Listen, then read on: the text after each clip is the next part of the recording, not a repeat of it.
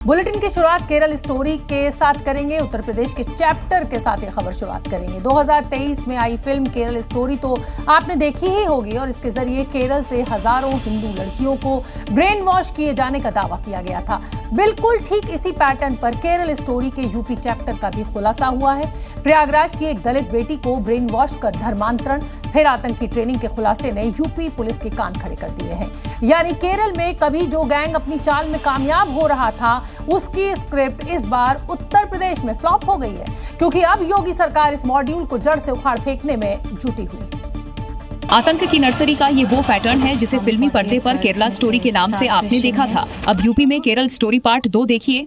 रास्ते में मुझे बताई इस्लाम अच्छा धर्म होता है और सब खराब। फिर उसके बाद कैफ ने स्टेशन पे छोड़ा। उसके बाद फिर मैं लोग टिकट कटाई। उसके बाद फिर ट्रेन में बैठी, मैं रो रही थी। तरक्सा बोली क्यों रो रही हो? रो मत, मैं जहाँ चल रही हूँ वहाँ पर इस्लाम शिक्षा दी जाती है और पैसा भी दिया जाता है।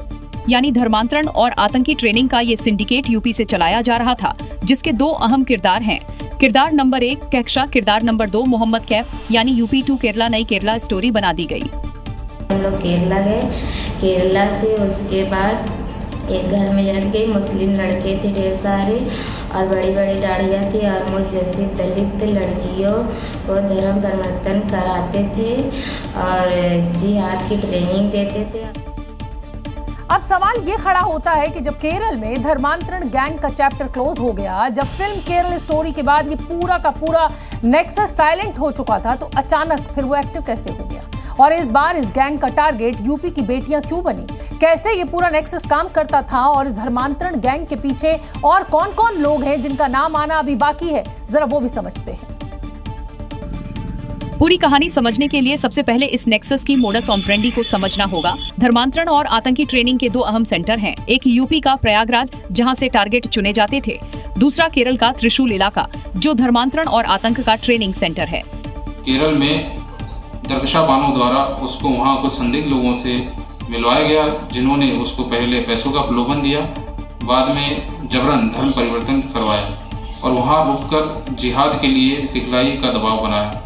यानी ये कट्टर गैंग साम दाम दंड भेद सब तरीके अपनाता था। कहकशा का काम टारगेट को चुनना होता था, जिसके लिए गरीब दलित लड़कियों को चुना जाता, फिर उन्हें ब्रेन वॉश कर केरल ले जाया जाता। केरल में लड़कियों को धर्मांतरण के लिए पैसों का लालच दिया जाता, फिर आतंकी और कट्टरता की ट्रेनिंग भी दी जाती थी। ये पूरा पैटर्न ठीक उसी तरह का है जैसा केरला स्टोरी में आपने देखा, लेकिन इन कट्टरपंथी गैंग से एक गलती हो गई।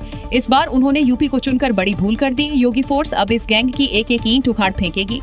उत्तर प्रदेश की विवादित कथा शुद्ध सियासी कथा में अब बदल चुकी है। इस बार अखिलेश यादव के टारगेट पर देश के सबसे पॉपुलर कहे जाने वाले कथावाचक धीरेन्द्र कृष्ण शास्त्री हैं। अखिलेश यादव न सिर्फ कथावाचकों पर सवाल खड़े करते हुए नजर आ रहे हैं, बल्कि धीरेन्द्र कृष्ण शास्त्री का तो नाम तक वो ले रहे हैं और कह रहे हैं कि वो एक एक कथा के लिए लाखों रुपए लेते हैं, वो भी अंडर टेबल। अब अखिलेश यादव के इस बयान पर बीजेपी की ओर से भी पलटवार आया है, क्योंकि चोटी कांड से शुरू हुई कथावाचक वाली लड़ाई में नाम बाबा बागेश्वर का आ चुका है। अखिलेश यादव दावा कर रहे हैं धीरेन्द्र कृष्ण शास्त्री कथा सुनाने के लिए पैसे लेते हैं, वो भी 1-2 लाख नहीं बल्कि 50-50 लाख। कई कथावाचक हैं जो 50 लाख रुपए लेते हैं। कोई किसी की हैसियत है कि धीरेन्द्र शास्त्री को बुला ले अपने घर कथा के लिए? कोई अंडर टेबल लेगा वो बाबा पैसे? आप पता करवा लीजिए, अंडर टेबल नहीं लेते हैं वो धीरेन्द्र शास्त्री क्या?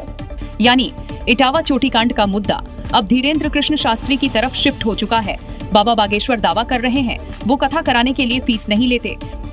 हमने कभी कथा के लिए दक्षिणा नहीं मांगी है। हमने कभी कथा के लिए दक्षिणा नहीं मांगी है। इधर अखिलेश यादव के बयान पर पॉलिटिकल रिएक्शन भी आया और मुद्दा कथावाचक बनाम मौलवी की तरफ शिफ्ट होने लगा। जो अपने दौरे हुकूमत में मौलवियों को लाखों एकड़ जमीन हजारों करोड़ की लुटा के उस पे कानूनी हक दे देना चाहते हैं और उस पे कानूनी ठप्पा लगा देना चाहते हैं, वह दान दक्षिणा के ऊपर भी सवाल उठा। खैर, अखिलेश यादव ने जिस तरह बाबा बागेश्वर को निशाने पर लिया, अब उसी अल्फाज में उनके खिलाफ तीखे हमले भी हो रहे हैं।